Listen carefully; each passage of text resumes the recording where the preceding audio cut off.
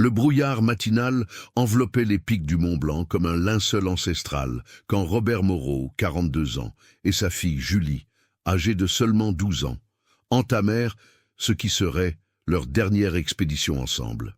Le géologue retraité de Total avait planifié méticuleusement cette aventure. 3 semaines à explorer les formations rocheuses les plus anciennes des Alpes, un cadeau d'anniversaire pour sa fille qui avait hérité de sa passion pour la nature sauvage. Dans le petit village de Chamonix, à la frontière avec la Suisse, les derniers témoignages les décrivent achetant des provisions à l'épicerie de Madame Françoise.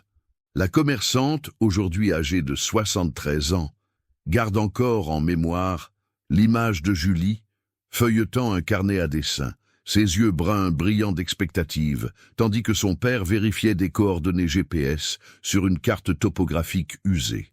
Elle m'a demandé si je connaissais des plantes qui ne poussent qu'en altitude, se souvient Madame Françoise, ses mains tremblant en servant le café dans des tasses émaillées. Robert a dit qu'ils allaient chercher des Edelweiss rares sur le Mont Blanc. Il a dit que ce serait l'aventure de sa vie.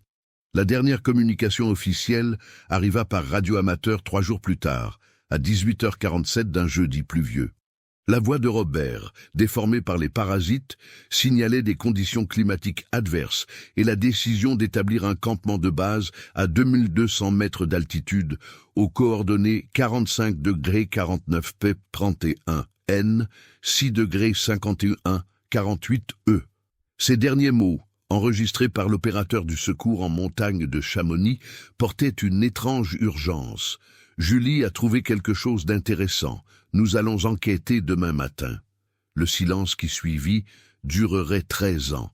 Dans les 72 heures suivantes, tandis que le protocole d'urgence se déroulait avec la précision bureaucratique typique des tragédies annoncées, le Mont Blanc se transforma en une forteresse impénétrable. Des pluies torrentielles, un brouillard dense qui réduisait la visibilité à moins de 5 mètres, et des vents de 80 km/h convertirent la région en un labyrinthe mortel. Les premières équipes de secours, composées de pompiers de Haute-Savoie et de militaires du peloton de gendarmerie de haute montagne, parvinrent à localiser le campement abandonné 5 jours après le dernier contact. Tentes intactes, équipements organisés, aliments scellés, tout suggérait une sortie planifiée et temporaire. Seuls 2 détails détonnaient de l'ordre apparent.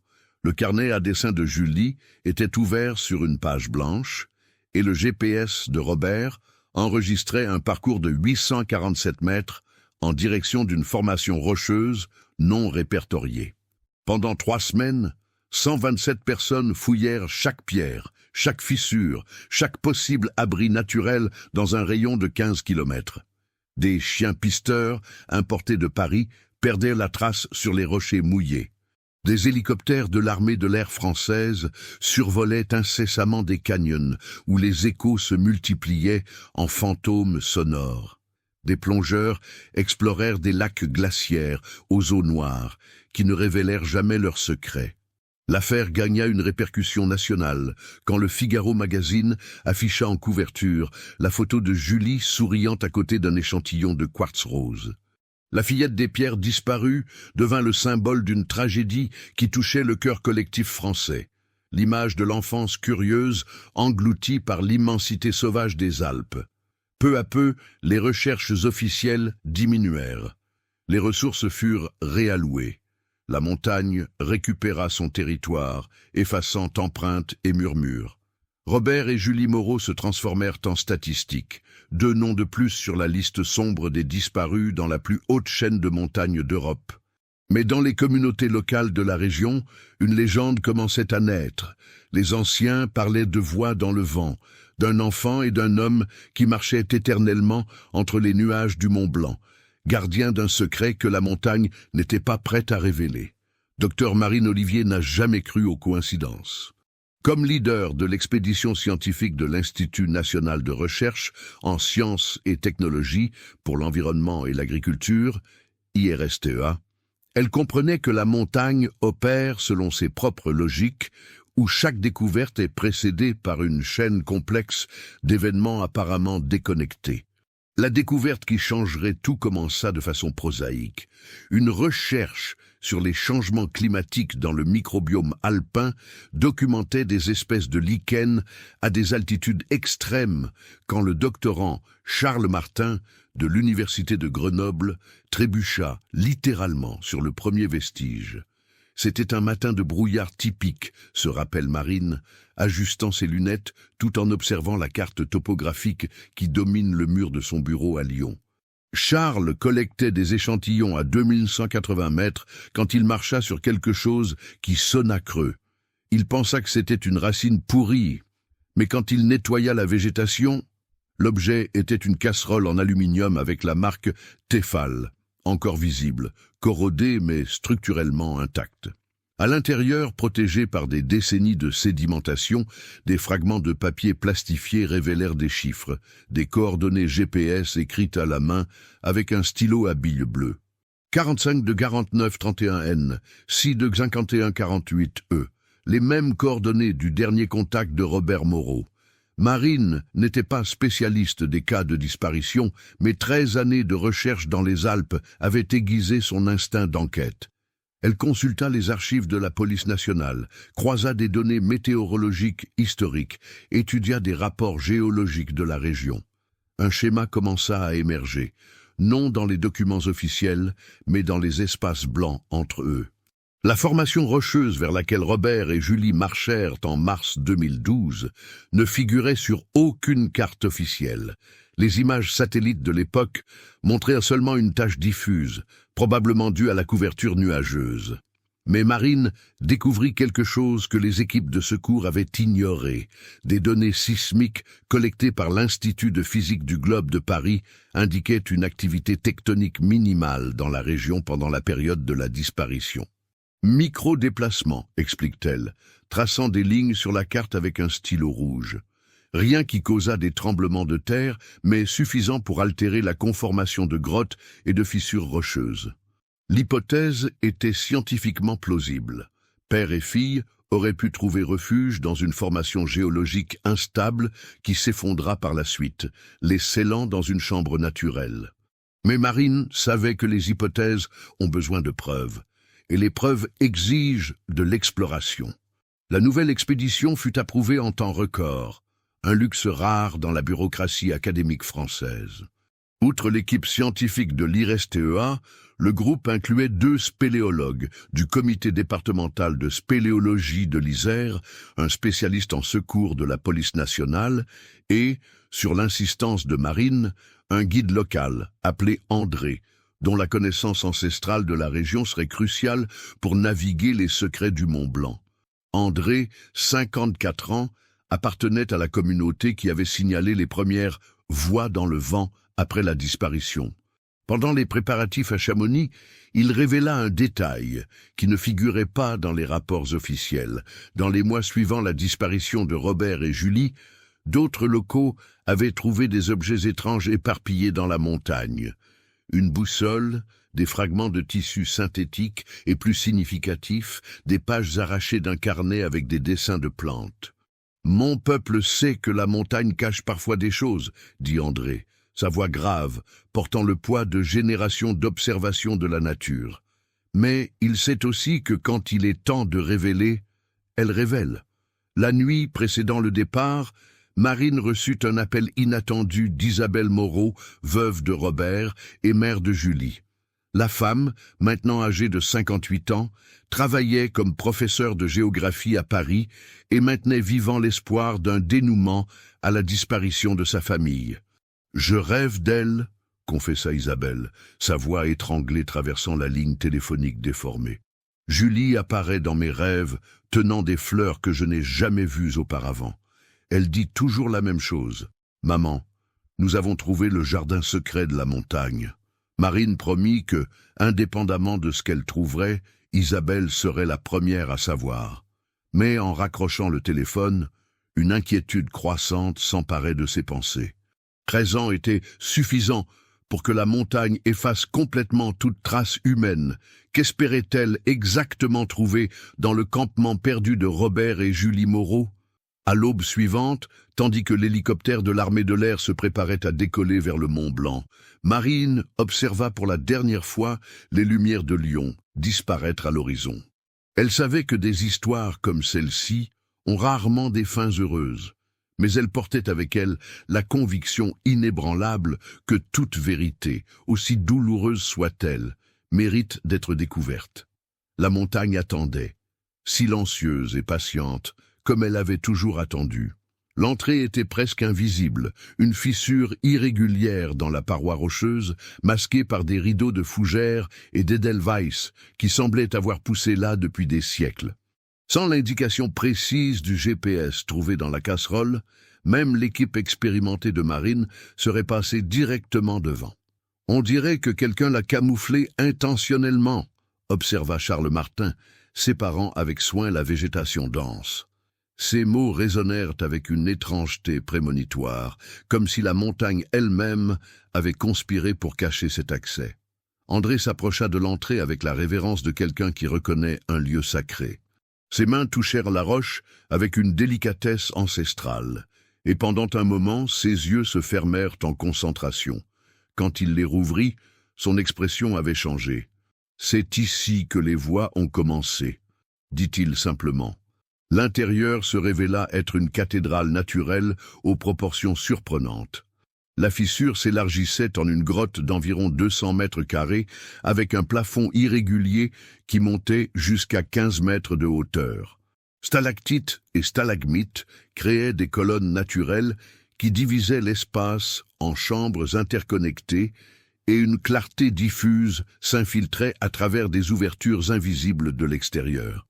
Mais ce qui transforma cette découverte en quelque chose d'extraordinaire ne fut pas la formation géologique, ce fut ce que Robert et Julie Moreau avaient créé là.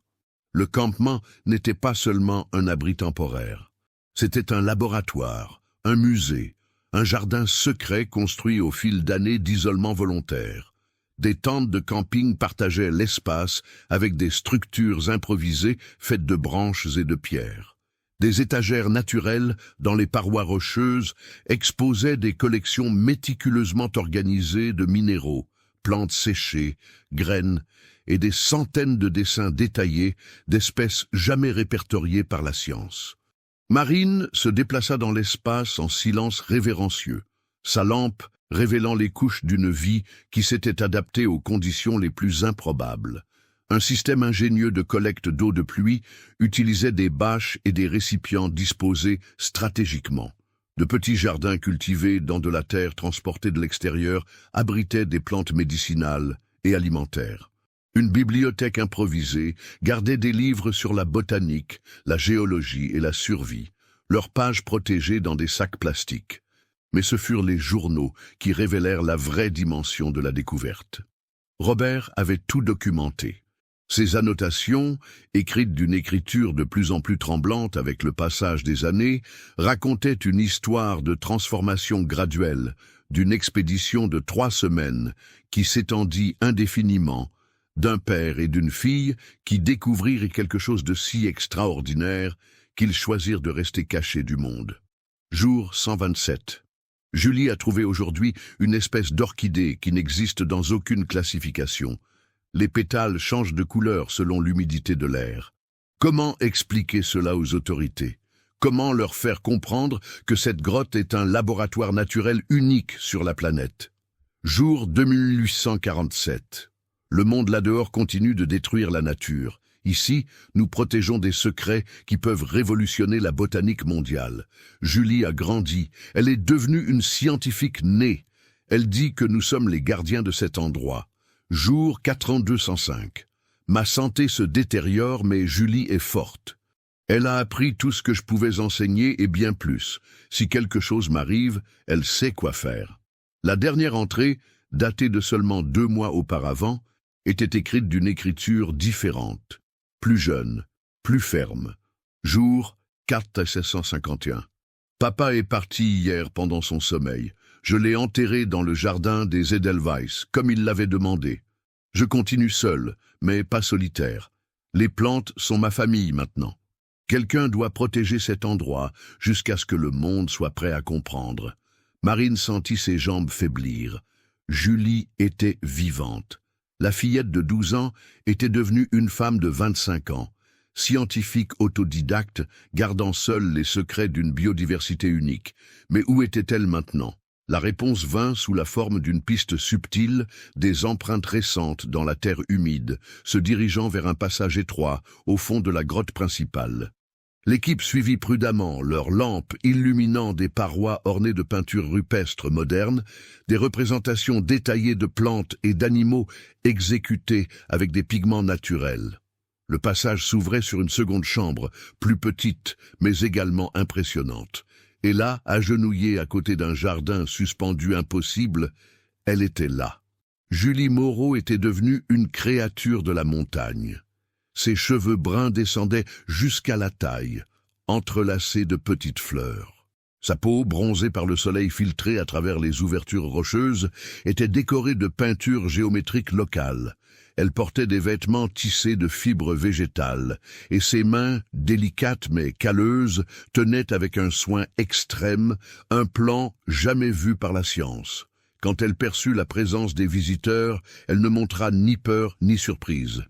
Ses yeux, les mêmes yeux bruns dont Madame Françoise se souvenait d'une fillette curieuse achetant des provisions, rencontrèrent ceux de Marine avec une sérénité troublante. « Je savais que vous viendriez », dit-elle d'une voix douce, mais chargée d'autorité. « La montagne m'avait prévenu, mais vous êtes arrivé trop tôt. » Marine s'approcha lentement, comme si elle était devant un animal sauvage qui pourrait fuir au moindre mouvement brusque.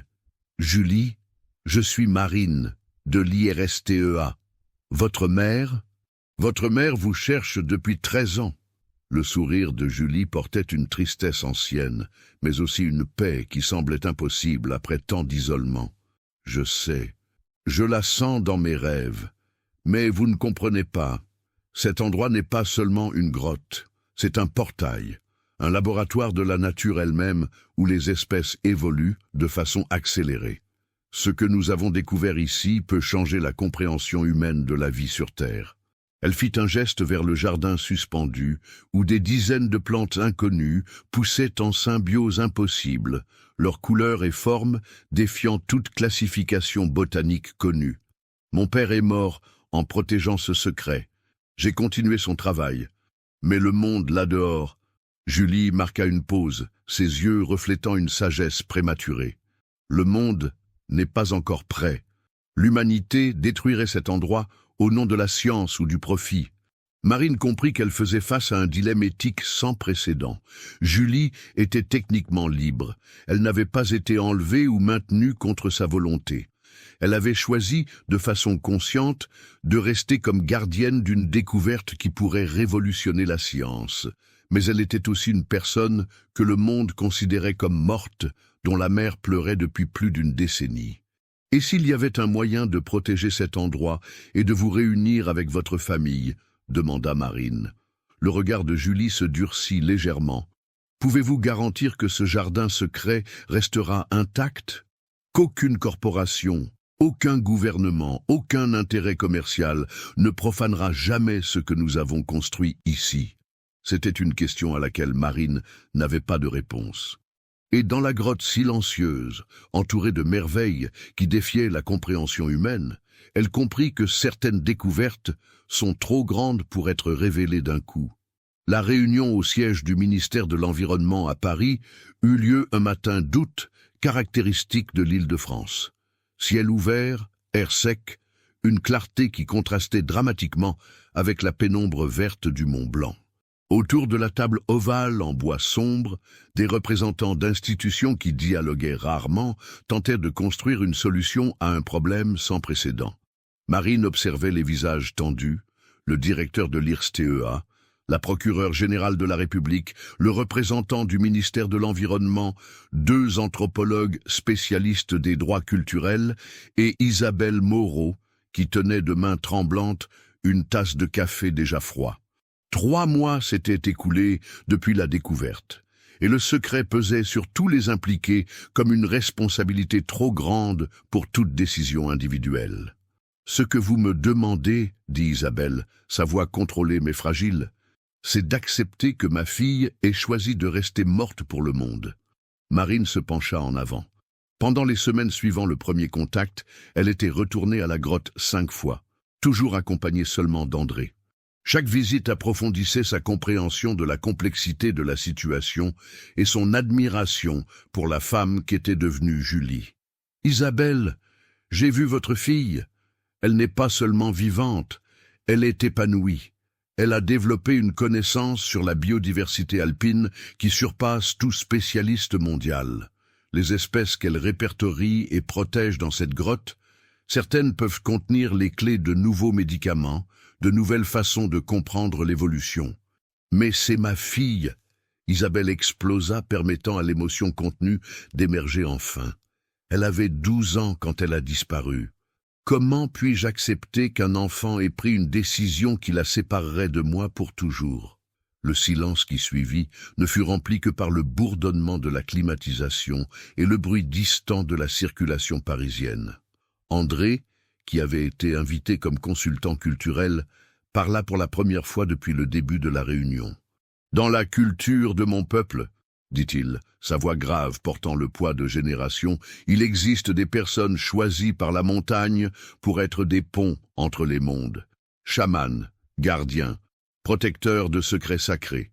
La fillette, elle est devenue cela, non par abandon de la famille, mais par amour pour quelque chose de plus grand. » La procureure générale, une femme pragmatique habituée à traiter des complexités légales, intervint. « D'un point de vue juridique, Julie Moreau est une adulte capable. Si elle choisit de rester dans ce lieu, nous avons des limitations pour intervenir. Mais il existe la question de la documentation. Officiellement, elle n'existe plus depuis 13 ans. » Ce fut alors que Marine présenta la proposition qu'elle avait mûrie pendant ses visites à la grotte. Et si nous créions un précédent, un modèle de protection environnementale qui reconnaisse des gardiens humains volontaires? Julie n'a pas besoin de revenir au sens traditionnel, mais peut être officiellement reconnue comme chercheuse résidente d'une zone de protection scientifique spéciale. L'idée était audacieuse. Établir la grotte et une zone environnante de 50 km² comme réserve scientifique d'accès ultra restreint, avec Julie officiellement désignée comme chercheuse gardienne. Elle maintiendrait un contact régulier avec le monde extérieur grâce à une communication par satellite, documenterait ses découvertes pour la communauté scientifique, mais resterait physiquement dans le lieu qu'elle avait choisi comme foyer. Isabelle resta silencieuse pendant de longues minutes, traitant la proposition. Quand elle parla finalement, sa voix portait un mélange de douleur et de compréhension maternelle. « Puis-je lui parler? Puis-je la voir ?» Marine acquiesça. « Elle a spécifiquement demandé que vous veniez. Elle a dit qu'il y a des choses qu'elle doit expliquer personnellement. » Les retrouvailles eurent lieu dans le jardin suspendu de la seconde chambre, sous la lumière dorée qui se filtrait à travers les ouvertures rocheuses. Isabelle descendit par la corde d'alpinisme avec des mouvements malhabiles mais déterminés, ses jambes tremblant non par l'effort physique mais par l'approche d'un moment qu'elle avait imaginé des milliers de fois. Julie attendait agenouillée à côté d'une source naturelle, ses mains occupées par la plantation de plants microscopiques. Quand elle entendit les pas de sa mère, elle se leva lentement, et pendant un instant, les deux femmes s'observèrent simplement à travers la distance de 13 années. Isabelle vit une étrangère, grande, élégante, avec la posture confiante de quelqu'un qui connaît profondément sa place dans le monde. Mais les yeux étaient les mêmes, et quand Julie sourit, ce fut comme si le temps se comprimait en une fraction de seconde. « Maman », dit-elle simplement. L'étreinte dura plusieurs minutes, chargée de larmes, de murmures, et du poids silencieux d'une absence qui avait façonné deux vies de façon complètement différente. « Pourquoi, ma fille? Pourquoi n'es-tu pas rentrée à la maison ?» Julie conduisit sa mère à travers le jardin suspendu, montrant des plantes qui semblaient sorties d'un conte de fées, des fleurs qui changeaient de couleur selon le toucher, des arbres miniatures qui produisaient des fruits aux propriétés médicinales inconnues, des mousses luminescentes qui créaient des constellations naturelles sur les parois de la grotte. « Parce que c'est ma maison maintenant, » répondit Julie. « Et parce que quelqu'un doit protéger ceci. Papa a compris à la fin. Il a vu ce que je vois, que cet endroit est un laboratoire de la création elle-même, où la nature teste de nouvelles formes de vie. Si le monde découvre avant d'être prêt, elle n'eut pas besoin de finir la phrase. Isabelle comprenait les dangers, l'exploitation commerciale, le tourisme prédateur, la destruction déguisée en recherche scientifique. « Mais tu m'as tellement manqué », confessa Isabelle. « Et tu m'as manqué aussi. Chaque nuit, je parle avec les étoiles de toi, de comme j'aimerais que tu puisses voir ce que nous avons découvert, de comme papa disait que tu serais fier de la scientifique que je suis devenue. » Pendant 3 jours, mère et fille vécurent ensemble dans la grotte. Isabelle apprit les routines de Julie, ses méthodes de recherche, sa communication avec les locaux de la région, qui la considéraient comme une sorte de chamane de la montagne. Elle comprit que sa fille n'avait pas fui le monde. Elle avait trouvé une vocation qui transcendait les structures conventionnelles de la société. Le matin du départ, Isabelle posa une question qu'elle avait gardée pendant toute la visite. « Es-tu heureuse ?» Julie considéra la question avec le sérieux qu'elle méritait. « Je suis complète », répondit-elle finalement. « Il y a une différence. Le bonheur va et vient. La complétude, c'est quand vous trouvez votre but dans l'univers. » La cérémonie de création de la réserve scientifique spéciale Mont-Blanc eut lieu à l'Élysée, en présence du président de la République, de ministres d'État et de représentants d'organisations environnementales internationales. Isabelle assista depuis une chaise au premier rang, portant une broche discrète avec une photo de Julie à 12 ans. Par satellite, directement de la grotte, Julie participa à la cérémonie. Son image projetée sur l'écran géant montrait une femme sereine, vêtue d'habits tissés de fibres de la montagne, parlant avec autorité scientifique de l'importance de la préservation d'écosystèmes uniques. « Cette réserve représente un nouveau modèle de conservation, » dit-elle, sa voix claire à travers la connexion satellite. « Nous ne préservons pas la nature en la maintenant intouchée, mais en comprenant notre rôle comme gardien conscient. Ici, la science et la sagesse ancestrale locale travaillent ensemble pour protéger des secrets qui peuvent bénéficier à toute l'humanité. » Après la cérémonie, Isabelle reçut le premier rapport scientifique officiel de Julie, un document de 347 pages détaillant 23 espèces végétales complètement nouvelles, avec des propriétés qui pourraient révolutionner la médecine, l'agriculture et la compréhension de l'évolution accélérée dans des environnements isolés. Ce soir-là, dans son appartement à Paris, Isabelle alluma l'ordinateur et ouvrit le programme de communication par satellite qui la connectait directement à la grotte. L'image de Julie apparut sur l'écran, illuminée par la lumière douce des mousses luminescentes. « Comment s'est passée la journée dans la réserve ?» demanda Isabelle, établissant la routine de conversations hebdomadaires qu'elle maintenait depuis les retrouvailles. « Nous avons découvert une symbiose fascinante entre 2 espèces de champignons et un Edelweiss, » répondit Julie, ses yeux brillants de l'enthousiasme de la découverte. « Demain, je vais tout documenter pour l'envoyer à l'IRSTEA. » Pendant qu'elle conversait sur les plantes, les recherches et les petits événements du quotidien d'une vie extraordinaire, Isabelle comprit qu'elle avait trouvé une nouvelle façon d'être mère. Non la mère qui attend dans le salon pendant que sa fille rentre de l'école, mais la mère qui célèbre à distance les triomphes d'une fille qui a choisi un chemin unique dans le monde. Quand la conversation se termina et l'écran s'obscurcit, Isabelle ouvrit le tiroir du bureau et sortit le carnet à dessin que Julie avait laissé au premier campement, 13 ans auparavant. À la dernière page, elle trouva un dessin qu'elle n'avait pas remarqué avant, une grotte pleine de plantes fantastiques avec 2 petites figures au centre, une fillette et un homme se tenant par la main, souriant. En dessous, avec l'écriture soigneuse d'un enfant de 12 ans, était écrit « Le jardin secret où nous serons heureux pour toujours ». Julie avait trouvé son jardin secret. Et d'une façon qui transcendait toutes les attentes conventionnelles d'une fin heureuse, une famille s'était retrouvée non à travers la proximité physique, mais à travers la compréhension profonde que l'amour véritable signifie parfois accepter des choix que nous n'aurions jamais pu imaginer.